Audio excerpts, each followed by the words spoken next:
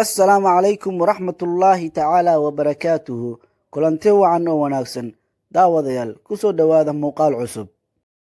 Maanta waxaan qaadanaynaa daawooyinka loo isticmaalo wareerka anti-convulsion drug ama anti-convulsant drug. Daawooyinkan waxaa loo isticmaalaa wareerka. Haddii uu madaxa ku wareerayo waxaad u isticmaali kartaa daawooyinkan. Waa 4 qayb.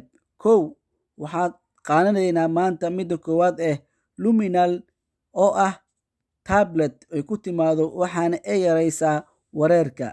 2, tagrinal drug waa daawo ka mid ah iyadana mid loo isticmaalo in ay yareyso wareerka. 3, kumital waa daawo ka mid ah iyadana daawooyinka loo isticmaalo ama ay ka yareyneyso wareerka. 4, phenobarbital waa daawo ka mid ah iyadana daawooyinka loo isticmaalo wareerka.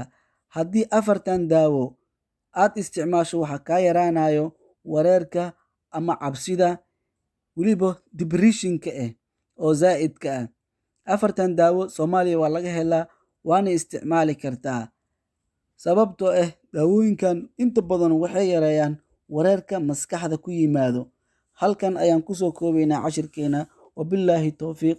Is aragti dambe oo xiiso leh. Wassalaamu calaykum waraxmatullaahi wabarakaatuhu.